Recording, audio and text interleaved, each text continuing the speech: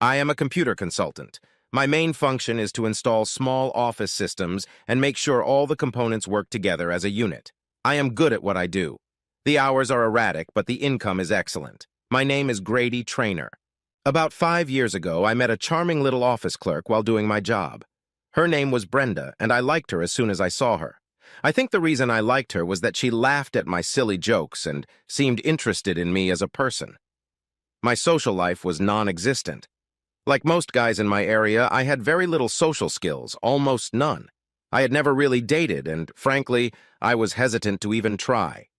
The work I was doing in her office took about a week, and before it was completed, I got brave enough to ask her out. It was my first real date. Needless to say, about 6 months later, we were married. She was about 6 years younger than me, but I didn't see that as a problem. We had a bit of awkward sex before we got married. I was somewhat relieved that she had some experience because I had nothing to bring to the party. She had short dark hair and brown eyes. I liked her breasts because they were perfectly round and didn't sag one bit. Brenda wasn't thin, she had a well-defined waist and nice rounded hips. Our sex life continued to improve over the next few years. She wasn't shy about telling me what she liked, and I was a diligent student.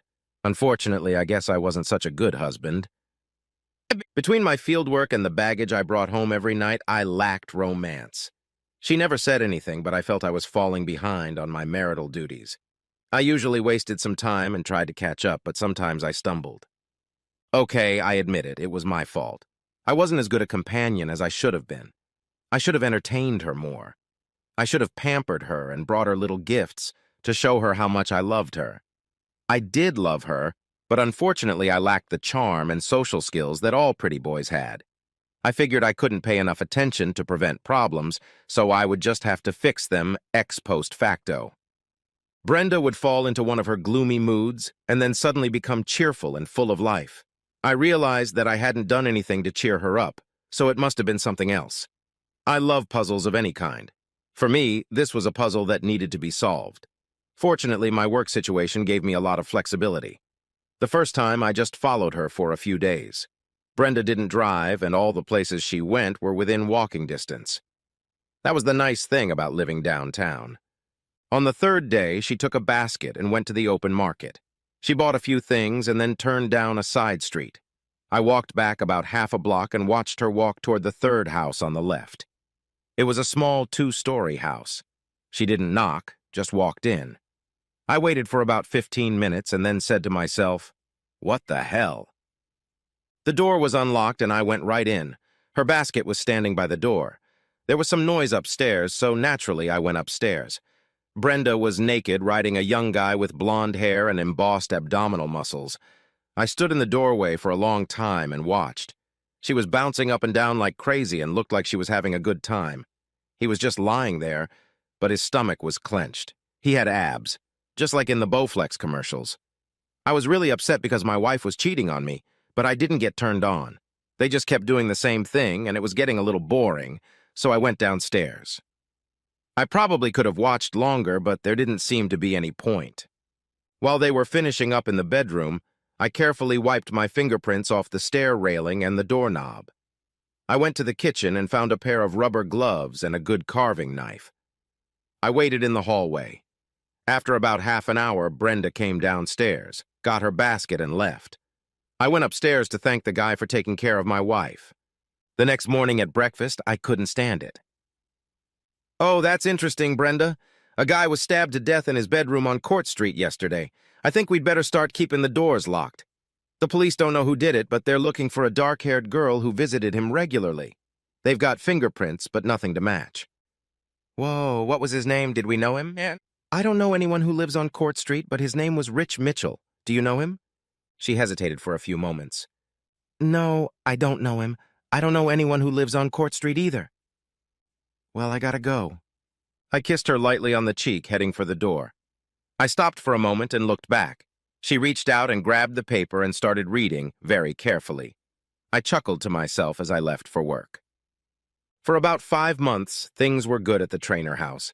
I tried to make Brenda happy, but she never showed as much enthusiasm in the bedroom as she did with Rich. My feelings were hurt.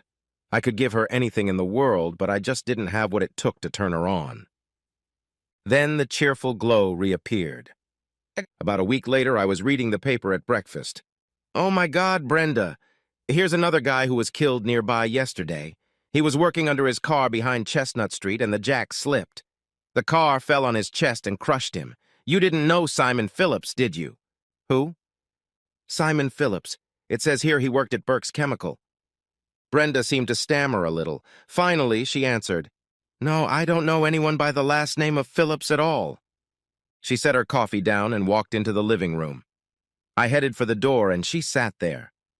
"Are you okay, Brenda?" "Yeah, I'm fine. Just trying to figure out what I'm going to do tonight. What did you want for dinner tonight?" "How about chili?" I could tell she was upset, but she didn't know what to do. For about 6 months, everything went back to normal. I wasn't getting the crazy, passionate love I knew she could give me. I had come to terms with the fact that I was just a meal ticket and a roof over my head. I knew now that there would never be anything more than that in our relationship. There was another revelation at breakfast. "Brenda, did you see this in the paper? The guy got drunk at the Black Angus bar. You know, the one by the Maiden Creek Canal. Looks like he fell into the canal and hit his head on something. They found him floating in the water yesterday morning. His name was Jacob Kraft. There must be a bunch of guys around here who have had some bad luck, don't you think?" My wife gave me a very strange look. It was a mixture of fear and awe. She sat perfectly still, barely breathing. It was like she was afraid to even move. I didn't know anyone named Jacob Kraft, honestly. For some reason, she was terrified. It took her a while to put 2 and 2 together. I had no idea what she was going to do next. "I have to go to work, honey. You have a great day." She sat as if paralyzed as I walked out the door. The next 4 years were better. She turned into a Stepford wife. Unfortunately, the sex was mediocre. She did everything I asked her to do and seemed deathly afraid to deny me anything. There was rarely any fighting in our house at all. Meanwhile, I was raking in money and hiding it in unusual places. She knew nothing about our finances. The only thing she did was sign a blank tax form every year. She decided to get a job, and I supported that decision. Brenda ended up working for one of the local insurance companies. From what she said, the job consisted of moving paper from one basket to another.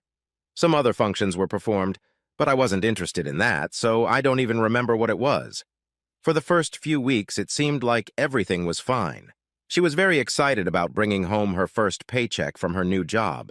She seemed a little disappointed when I told her it all belonged to her and she could spend it as she saw fit. She wanted to feel like she was contributing in some way.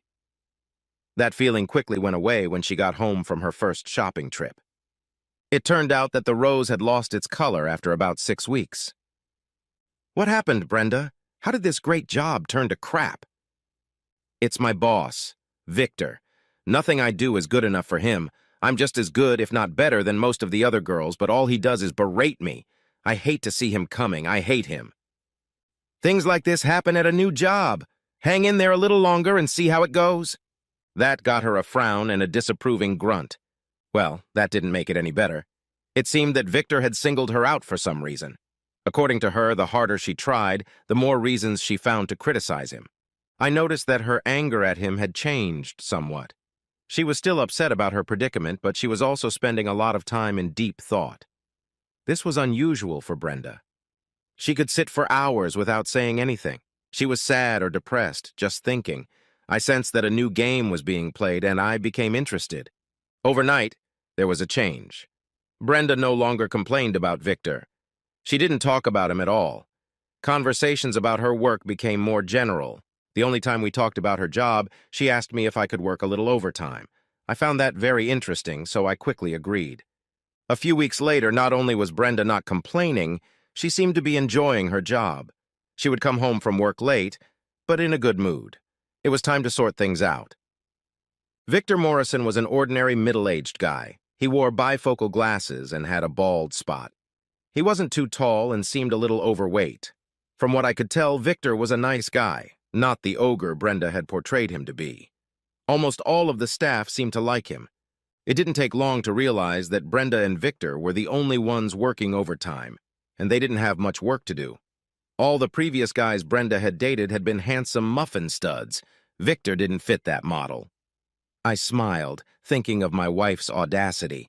Brenda was trying to figure out how to fix a problem she had encountered at work.